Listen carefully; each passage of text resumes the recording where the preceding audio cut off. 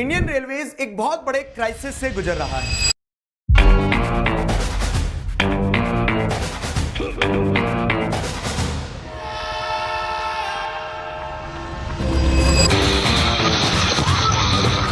शाम को जो मैं हादसा देखा तो मैं लाइफ में ना करूँगा, ये चीज मैं दिखने भी नहीं चाहूंगा। So many train crashes happen in India.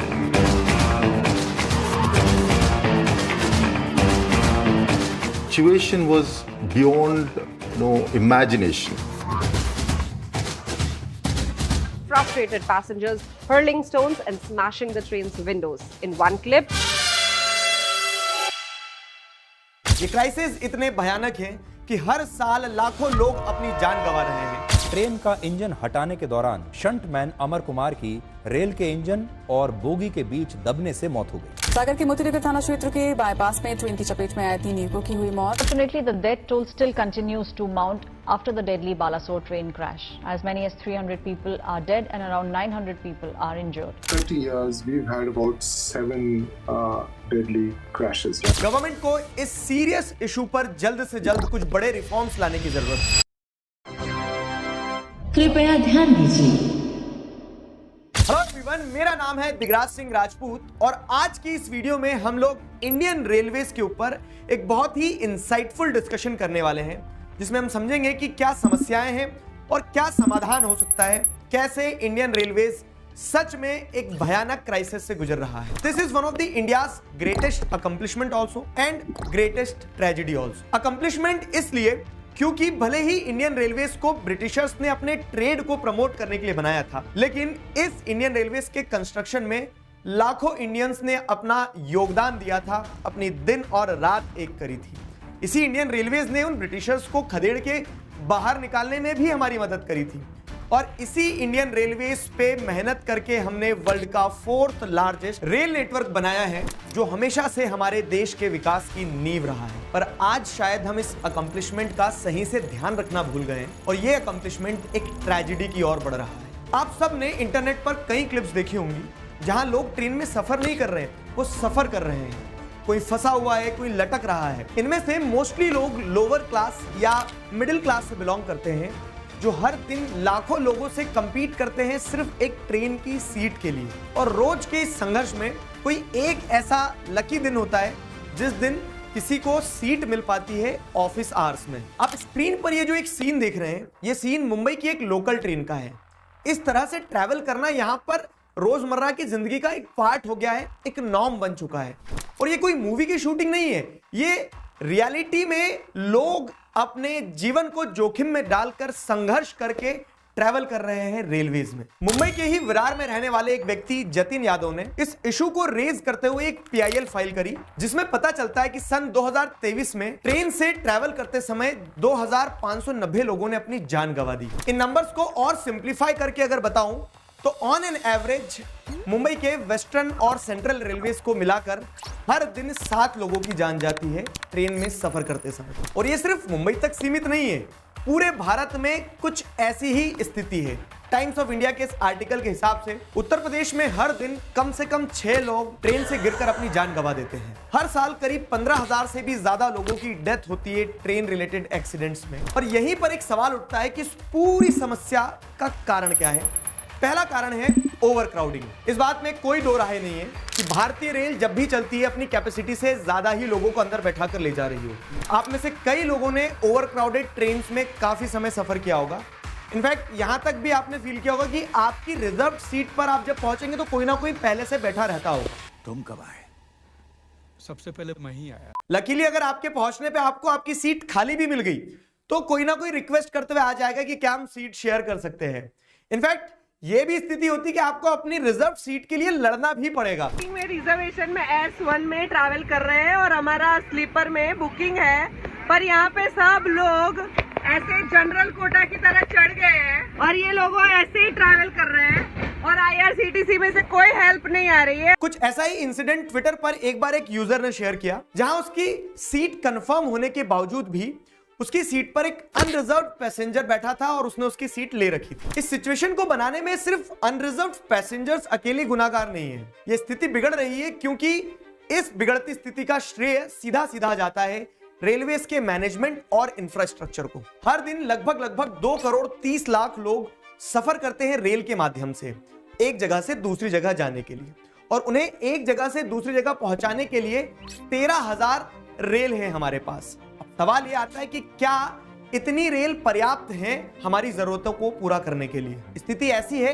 कि मान लीजिए एक स्कूल की बस है जिसमें 50 लोग बैठ सकते हैं, पर उसमें 150 लोग चढ़ रहे हैं। अब इस पूरी कहानी में हमने एक फैक्टर को बिल्कुल भी अभी तक डिस्कस नहीं किया, और वो है सीट इनइक्वालिटीज का। अगर मैं आपको सीट इनइक्वालिटीज का कॉन्सेप्ट समझाऊं कि ज्यादा से ज्यादा लोग जनरल और स्लीपर के कंपार्टमेंट में चलेंगे, लेकिन प्रपोर्शन जो जनरल और स्लीपर के कंपार्टमेंट का है वो ट्रेन में काफी कम होता है। इस कारण से जितना होता है उसमें ओवर क्राउडिंग होना तय है। आपको ओडिशा ट्रेन एक्सीडेंट याद होगा जिसमें 288 लोगों की डेथ हो गई थी। हावड़ा चेन्नई कोरोमंडल एक्सप्रेस अपने ट्रैक से डीरेल हो गई थी और उस कारण यह हादसा हुआ था। इस ट्रेन की खासियत यह है कि ये इंडिया की one of the longest train है जिसमें 24 कोचेज हैं। आम पैसेंजर ट्रेनों में 18 से 20 कोचेज होते हैं। एक्सीडेंट से पहले इस ट्रेन के 70% कोचेस जनरल और स्लीपर क्लास के लिए थे, लेकिन अब सिर्फ 25% कोचेज ही जनरल और स्लीपर क्लास के लिए हैं।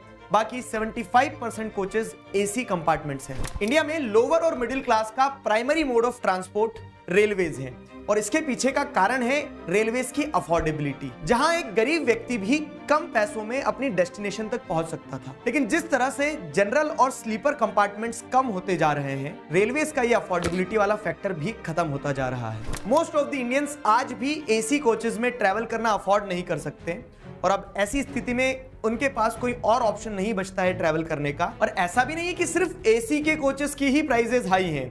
फेस्टिवल्स के टाइम पे स्लीपर कोचेस की भी प्राइसेस बहुत बढ़ जाती है। अब इस सिचुएशन में लास्ट ऑप्शन होता है जनरल कोचेस। इन कोचेस की कैपेसिटी होती है 80% पर कोच, लेकिन समर्स के समय या फिर त्योहारों के टाइम पीरियड में इन जनरल कोचेस में 200 लोग जा रहे होते हैं, बैठकर नहीं, खड़े होकर, सीट पर नहीं, जहां जगह मिल जाए वहां।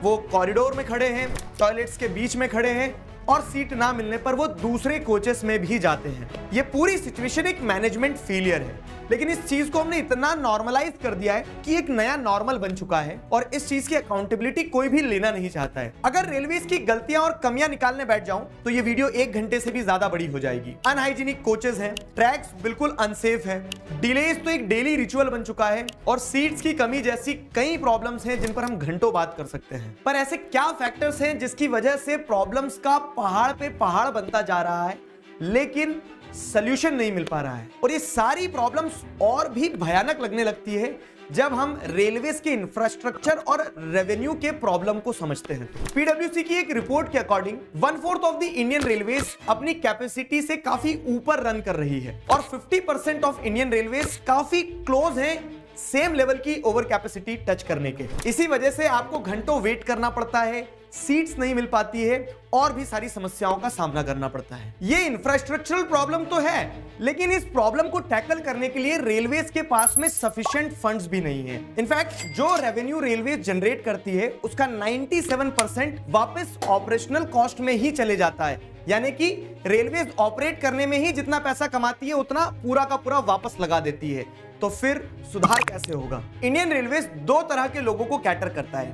पहला, हम लोग जो पैसेंजर्स हैं, जिन्हें एक जगह से दूसरे जगह पहुंचाने के लिए 13,000 पैसेंजर ट्रेन हैं, और दूसरा बिजनेस ओनर्स, जिन्हें अपने सामान को एक जगह से दूसरे जगह पहुंचाना होता है, और उसके लिए 8,000 फ्रेट ट्रेन्स हैं जिन पर रेलवेज हमेशा से डिपेंडेंट था अपना प्रॉफिट जनरेट करने के लिए। ब्रिटिशर्स ने भी मेनली रेलवेज को इंट्रोड्यूस इसीलिए किया था ताकि सामान एक जगह से दूसरी जगह ट्रांसपोर्ट किया जा सके। इंडियन रेलवेज का मेजर रेवेन्यू और प्रॉफिट फ्रेट ट्रांसपोर्टेशन से ही आता है, और इसी कारण से गवर्नमेंट रेलवेज के पैसेंजर ट्रांसपोर्टेशन वाले पार्ट को सब्सिडाइज कर देती है और हाईली अफोर्डेबल बना देती है। क्यों? क्योंकि इससे उन्हें पैसा नहीं कमाना था, सर्विसेज प्रोवाइड करना थी। अब ये मॉडल 1950s में तो सही काम कर रहा था, क्योंकि तब रेलवेज से बेहतर और कोई मोड ऑफ ट्रांसपोर्टेशन था नहीं, और उस समय के हिसाब से रेलवेज की क्वालिटी भी बहुत अच्छी थी। लेकिन फिर समय के साथ में और दूसरे बेटर मोड ऑफ ट्रांसपोर्टेशंस डेवलप होते चले गए, साथ ही साथ कई पॉलिटिकल रीजंस के कारण से रेलवेज की क्वालिटी भी डिक्रीज होती चलेगी। लगातार डिलेज और अनप्रोफेशनल स्टाफ के कारण रेलवेज का जो फ्रेट से रेवेन्यू जनरेट होता था वो भी धीरे धीरे डिक्रीज होने लगा। इसी के पैरेलल धीरे धीरे बिजनेस ओनर्स रोड और एयर ट्रांसपोर्टेशन को ज्यादा बेटर ऑप्शन मानने लगे, क्योंकि यहां पर ट्रांसपोर्टेशन लॉसेस कम थे और गुड्स के टाइम पे पहुंचने की पॉसिबिलिटी ज्यादा थी। Scroll.in के एक आर्टिकल के अकॉर्डिंग इंडियन रेलवेज कभी भी पैसेंजर सेगमेंट से प्रॉफिट नहीं बनाता था, पर अब चीजें बदल रही हैं। अगर डेटा के हिसाब से देखा जाए 2022-23 के हिसाब से जो टोटल ट्रेन्स चल रही थी उसमें 60% ट्रेन्स पैसेंजर ट्रेन्स थी और 40% ट्रेन्स फ्रेट ट्रेन्स। और यही ट्रेन्स का अगर रेवेन्यू स्प्लिट देखा जाए कि 68% रेवेन्यू फ्रेट से आ रहा है और पैसेंजर से जो रेवेन्यू आ रहा है वो 26% हो चुका है। 6% रेवेन्यू अदर सोर्सेस से है, जो कि इंक्रीज दिखा रहा है रेवेन्यू फ्रॉम पैसेंजर। अब आप कहोगे कि रेवेन्यू तो आज भी फ्रेट से ही ज्यादा है, लेकिन इसको जब आप कंपेयर करोगे तो इंडिपेंडेंस के टाइम पीरियड में 80% ऑफ द टोटल फ्रेट जो कंट्री में होता था वो रेलवेज के थ्रू होता था, लेकिन अब ये रिड्यूस होके सिर्फ 27% रह गया है, क्योंकि लोग दूसरे मोड ऑफ ट्रांसपोर्ट पे शिफ्ट कर चुके हैं, जिससे ऑब्वियसली रेलवेज का रेवेन्यू फ्रेट में कम हुआ है और इसका इंपैक्ट रेलवेज के हर साल हो रहे लॉसेस में साफ नजर आ रहा है। ये लॉसेस की लिस्ट सिर्फ एक बिजनेस फेलियर तक सीमित नहीं है, कई बार मैनेजमेंट की नेग्लिजेंस के चलते रेलवेज को भारी कीमत चुकाना पड़ती है। CAG यानी कि कंट्रोलर एंड ऑडिटर जनरल ने 2021-22 के अपने टेस्ट ऑडिट में यह पता किया कि रेलवेज ने 2604.40 करोड़ का लॉस सफर किया। और ये लॉस ऐसा नहीं है कि पैसेंजर या फिर फ्रेट रेवेन्यू में डिक्लाइन की वजह से हुआ है, ये लॉस हुआ है पुअर मनी मैनेजमेंट के कारण। ये जो अप्रॉक्स 2600 करोड़ का लॉस हमें दिखाई दे रहा है, इसमें से एक बड़ा पार्ट यानी कि 834 करोड़ रुपए एक लोन का इंटरेस्ट रीपे करने में ही गया है। ये लोन था 3200 करोड़ रुपए का, जो लैंड डेवलपमेंट के लिए गवर्नमेंट ने construction and engineering body IRCON को अलॉट किया था। लोन तो इन्होंने पे कर दिया इंटरेस्ट के साथ, पर लैंड डेवलपमेंट का कोई अता पता नहीं है। अब ऐसी जितनी भी नेग्लिजेंस हो रही है, उन सारी नेग्लिजेंस का इंपैक्ट जाता है आम आदमी की ट्रैवलिंग पर। एक पैसेंजर को सफर करना पड़ता है। क्यों? क्योंकि यह पैसा शायद रेलवेज को और बेहतर करने के लिए यूज किया जा सकता था, और अगर इनकेस ये पैसा डेवलपमेंट के लिए यूज किया भी जाता है तो जो क्वालिटी होती है वो उतनी प्रॉमिसिंग नहीं होती है। उससे क्या आउटपुट निकलेगा वो अपने आप में ही सारे सेफ्टी के मेजरमेंट्स का रिकॉर्ड तोड़ देते हैं। बद से बदतर बनाने का हर बार प्रयास किया जाता है, क्योंकि हर साल आपको ऐसी कई खबरें देखने को मिल जाती है जिसमें ब्रिजेस जो बनाए जाते हैं वो गिर रहे होते हैं, नए भी और पुराने भी। हर साल हर गवर्नमेंट हर बजट में रेलवेज को काफी प्रायोरिटाइज करती है। 2025 के बजट में भी अगर आप देखेंगे तो रेलवेज को एक मोटा बजट अलोकेट हुआ है। 2.64 लाख करोड़ का फंड रेलवेज के फर्दर डेवलपमेंट के लिए अलोकेट हुआ है, पर उसके बावजूद भी रेलवेज डेवलपमेंट में काफी पीछे है। 2019 में हमारी गवर्नमेंट ने यह प्रॉमिस किया था कि वो 2022 आते आते पूरे रेल नेटवर्क को इलेक्ट्रीफाई कर देंगे और एक डेडिकेटेड फ्रेट कॉरिडोर डेवलप कर देंगे। 2025 आ गया है, आज भी इलेक्ट्रिफिकेशन पूरा 100% कंप्लीट नहीं हुआ है, और डेडिकेटेड फ्रेट कॉरिडोर की बात करें तो सिर्फ ईस्टर्न जोन्स में ही डेवलप हुआ है। ये फ्रेट कॉरिडोर्स का डेवलप होना काफी इंपॉर्टेंट है। इससे काफी सारी ट्रेन्स दूसरी लाइंस में डाइवर्ट हो जाएंगी, जिससे ट्रैफिक की प्रॉब्लम कम होगी और जो ट्रेन डिलेज होते हैं वो होना कम हो जाएंगे। इस वीडियो का ऑब्जेक्टिव सिर्फ पेसिमिस्ट होकर समस्या बताना नहीं था, मैं आपको समाधान पर भी फोकस करवाता हूं।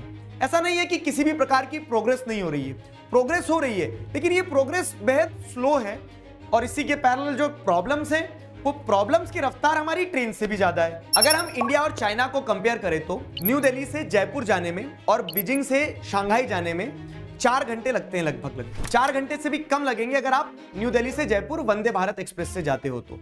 लेकिन यहां पर एक कैच है, और कैच ये है कि न्यू दिल्ली से जयपुर का डिस्टेंस अप्रोक्स 300 किलोमीटर है, लेकिन वहीं पे शंघाई और बीजिंग के बीच में जो डिस्टेंस है वो 1300 किलोमीटर है। वंदे भारत जो 180 किलोमीटर पर आवर की स्पीड अचीव कर सकती है, पर वो जाती 120 तक ही है। और यही चाइना में majority trains 200 kilometre per hour की एवरेज स्पीड से चलती है। वंदे भारत जैसी ट्रेन्स एक इंप्रूवमेंट है ऑप्टिमिज्म का, लेकिन यहां पर भी एक समस्या है कि इनके प्राइजेस उतने अफोर्डेबल नहीं है कि हर व्यक्ति अफोर्ड कर सके। इस कारण से मेजॉरिटी लोग वही आउटडेटेड ट्रेन्स में ट्रैवल करते हैं, क्योंकि वही एक जरिया है अफोर्डेबल तरीके से ट्रैवल करने का, जो कि आज भी 1950 के स्ट्रक्चर पर ही रन कर रही है। इंडियन रेलवेज एक क्रॉस रोड पर है, एक ऐसी सिचुएशन में जहां एग्जिस्टिंग इंफ्रास्ट्रक्चर को रिनोवेट करने की सख्त जरूरत है, लेकिन यह पर्याप्त नहीं है। रिनोवेशन के साथ साथ एडवांसमेंट और इंप्रूवमेंट भी नीड ऑफ द आवर है। वंदे भारत जैसी ट्रेन्स एक अचीवमेंट है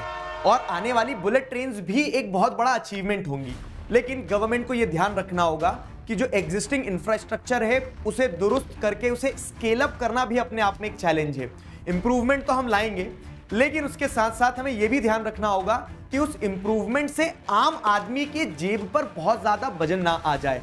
हमें अफोर्डेबल ट्रांसपोर्टेशन सिस्टम डेवलप करना होगा, साथ ही साथ वो इतना सेफ और सिक्योर हो कि लोग ट्रैवल करते समय अपनी जान ना गंवाएं। इन सारे इंप्रूवमेंट्स के पैरेलल एक अर्जेंट नीड है रेलवेज के मैनेजमेंट को दुरुस्त करने की, उन्हें स्किलफुल और प्रोफेशनल बनाने की, ताकि लोगों का हार्ड अर्न मनी जो है वो वेस्ट ना जाए। एट द एंड कंक्लूजन ये निकलना चाहिए कि एक पैसेंजर हाइजीन, सेफ्टी और अफोर्डेबिलिटी के साथ आराम से सफर कर पाए। अब एज ए यूथ आप इस समस्या की समाधान में कैसे कंट्रीब्यूट कर सकते हैं, उस पर बात करते हैं।